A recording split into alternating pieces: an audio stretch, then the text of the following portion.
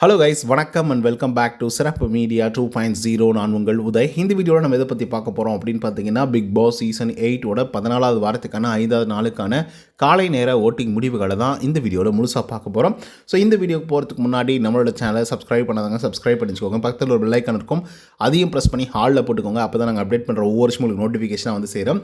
அதை தாண்டி இந்த வீடியோக்கு குறைஞ்சபட்சம் ஒரு 1000 லைக்கான எதிர்பார்க்குறோம். ஸோ லைக்கை போடுங்க, வீடியோ பாருங்கள். வாங்க இன்று வீடியோக்களை வந்து போகலாம். நம்பர் 1 பொசிஷனில் முத்துக்குமரன் அவர்கள் தான் வந்து இருந்துட்டுருக்காரு.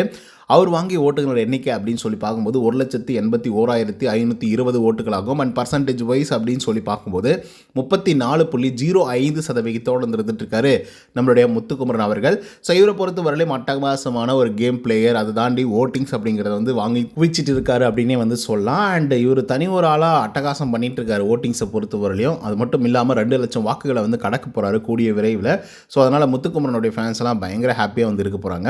அதுக்கடுத்த செகண்ட் பொசிஷனில் நம்முடைய சௌந்தர்யா அவர்கள் வந்து இருந்துட்டு இருக்காங்க. அவங்க வாங்கிய ஓட்டுகளோட எண்ணிக்கை அப்படின்னு சொல்லி பார்க்கும்போது 96,187 ஓட்டுகளாகும்.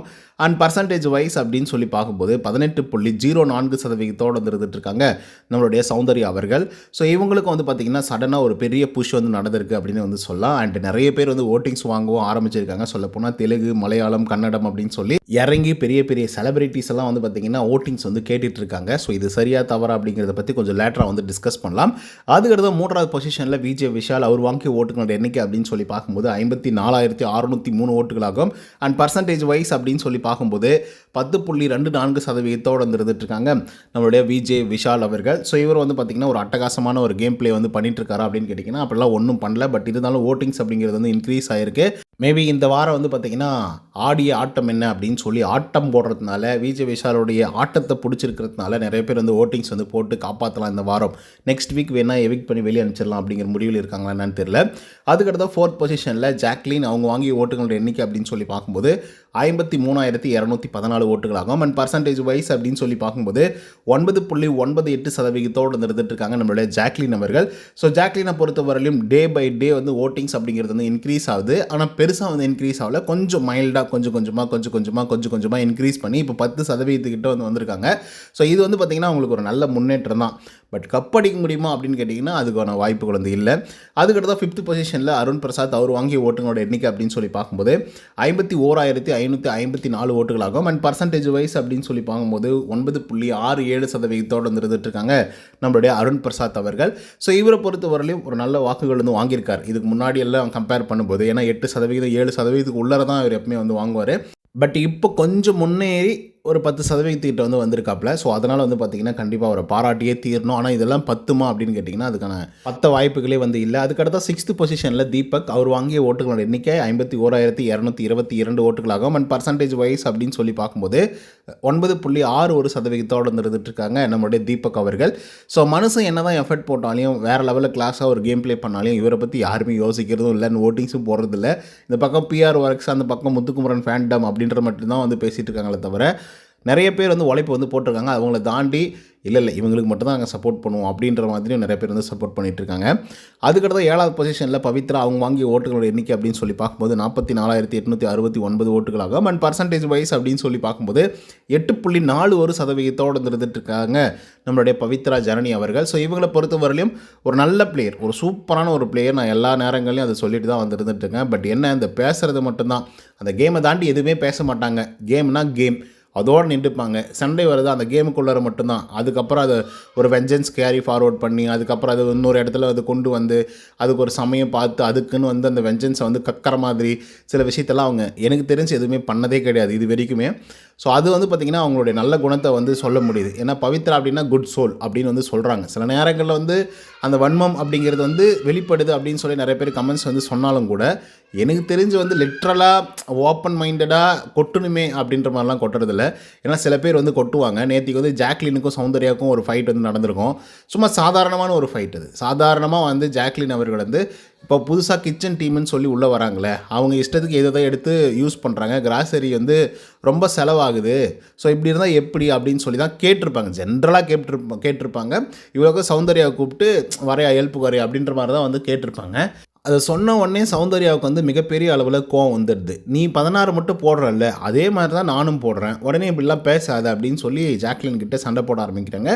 ஜாக்லின் வந்து கிளியராக சொல்கிறாங்க அதுக்கு முன்னாடி, ஏம்மா நான் உன்னன்னு சொல்ல, நான் ஜென்ரலாக சொல்கிறேன் அவ்வளோதான் அப்படின்னு சொல்லும்போது, இல்லை உன் முகத்தை நீ அப்படி வச்சுட்டு இருந்த அப்படின்னு சொல்லி சௌந்தர்யா வந்து கொஞ்சம் அதிகமாக பேசி, ஜாக்லின் அதிகமாக பேசி பயங்கரமாக சண்டை வந்து நடந்ததுன்னு வச்சுக்கோங்களேன். ஸோ ஒரு சாதாரணமான விஷயத்தை வந்து சண்டையாக்கிறதுக்கு காரணம் என்னவா இருக்குது அப்படிங்கிறது உங்களுக்கு நல்லா புரியுதா? திஸ் இஸ் கால்டு வன்மம். வன்மத்தை தான் அவங்க வந்து கொட்டுறாங்க.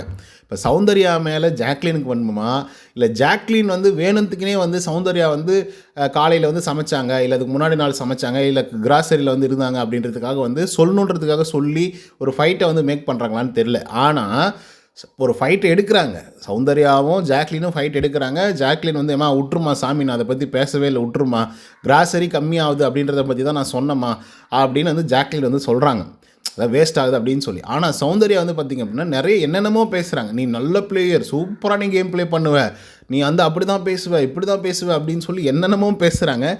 இதுக்கு பேர் தான் மனசுக்குள்ளே இருக்கிறதெல்லாம் கொட்டுறது, இதுக்கு பேர் தான் வன்மம் அப்படின்னு சொல்கிறது. ஸோ இந்த ஒரு விஷயத்தை வந்து எனக்கு தெரிஞ்சு பவித்ரா பண்ணதில்லை. ஏன்னா அதுக்கு ஒரு ஃபைட் வருதுன்னா அந்த ஒரு கேமுக்காக வருது, கேமுக்காக ஒரு டஃப் ஃபைட் கொடுக்குறாங்க, அந்த இடத்துல தவறுகள் நடக்குதுன்னா நீங்கள் ஏன் இப்படி பண்ணுறீங்க அப்படின்னு சொல்லியெல்லாம் கேட்டிருக்காங்க. பட் அதை கேரி பண்ணி இன்னொரு நாளைக்கு வந்து அதை கொண்டு போய் வன்மத்தெல்லாம் கொட்டது கிடையாது. அதனால் அவங்க ஒரு நல்ல பிளேயர் தான், அதில் மாற்றுக்கிறதே இல்லை. சில நேரங்களில் சில விஷயங்கள் கிரிஞ்சாக பண்ணுவாங்க, இல்லை கோவப்படுத்துகிற மாதிரி பண்ணுவாங்க, அது எல்லாரும் இயல்பாக மனுஷனுங்க எல்லாருமே பண்ணுறது தான். பட் வாண்டடாக ஒரு விஷயத்தை கிரியேட் பண்ணி பண்ணுறது அப்படிங்கிறத வந்து நான் பார்த்ததில்ல பவித்ரா பண்ணி. பட் அவங்க வந்து எவிக்ட் ஆகி வெளியே போக போகிறாங்க. அண்ட் இந்த வாரத்தில் வந்து மிட் வீக் எவிக்ஷன் இருக்குதுன்னு சொன்னாங்களா, அதுவும் இல்லாமல் போயிடுச்சு. அதுக்கப்புறம் பணப்பொட்டி இருக்குதுன்னு சொன்னாங்களா, அதுவும் இல்லாமல் போயிடுச்சு. இப்போ வீக்கெண்ட் டேஸில் வந்து சிங்கிள் எவிக்ஷன் இருக்குமா, டபுள் எவிக்ஷன் இருக்குமான்னு வேறு தெரில. அதுக்கப்புறம் ரீப்ளேஸ்மெண்ட் இருக்குதுன்னு சொன்னாங்க, அது இருக்குமா இருக்காதான்றதும் தெரில. நெக்ஸ்ட் வீக்கில் வந்து ஒரு ஆளை ஃபைனலிஸ்ட்டாக தேர்ந்தெடுத்து அவனுக்கு கப்பு கொடுக்குவாங்களா கொடுக்க மாட்டாங்களா அப்படின்றது கூட டவுட்டாக தான் வந்து இருந்துகிட்ருக்கு. ஏன்னா அவ்வளோ ஸ்லோவாக வந்து போயிட்டுருக்கு, என்னடா நடக்குது வீட்டுக்குள்ளே அப்படிங்கிற மாதிரி வந்து தோணுது. ஏன்னா பட்டுன்னு வந்து வைப்பாங்க. ஒரு வேளை இன்றைக்கி பணப்பொட்டி வைக்கிறாங்களா அதுவும் தெரில. இன்றைக்கி பணப்பொட்டி வச்சு என்றைக்கு பணப்பொட்டியில் வந்து பைசா ஏறி என்றைக்கு யார் வந்து அதை எடுத்துகிட்டு போக போகிறாங்க அப்படிங்கிறதும் புரியல. இல்லை பிக் பாஸ் அவர்கள் இந்த டப்பா சீசனுக்கு எதுக்கடா பணப்பொட்டி வைக்கிறீங்க, போங்கடா எடுத்துகிட்டு அப்படின்ற மாதிரி வந்து வைக்காமலே வந்து அப்படியே கொண்டு போகிறாரான்றதும் புரியவே இல்லை. பட் என்னவோ நடக்குது வீட்டுக்குள்ளார, ஓகேங்களா. ஸோ அடுத்து தான் வந்து சௌந்தர்யாவோட பிஆர் ஒர்க்ஸ் பற்றி பேசணுன்னு வந்து சொல்லியிருந்தேன். அதே மாதிரி வந்து பார்த்திங்கன்னா ஒரு வீடியோவும் நேற்றுக்கி அதை பற்றி டீட்டெயிலாக வந்து போட்டிருந்தேன். நிறைய பேர் வந்து பார்த்திங்க அப்படின்னா சரியான கமெண்ட்ஸ் எல்லாம் வந்து கொடுத்துருந்தீங்க. சில பேர் வந்து நீ வந்து சௌந்தர்யாவோட பிஆர்ரா அப்படின்னு சொல்லி வந்து போட்டிருந்தாங்க. சில பேர் வந்து டேய் நீ முத்துக்குமரனோட பிஆர் தானே அப்படின்னு வந்து சொல்லி போட்டிருந்தாங்க. எனக்கு வந்து புரியவே இல்லை. டேய் ஏன்டா நீங்கள் வந்து, அதாவது ஒரு வீடியோ அப்படின்னா முழுமையாக பார்த்தா தான் என்ன சொல்ல வராங்க அப்படிங்கிறது புரியும்.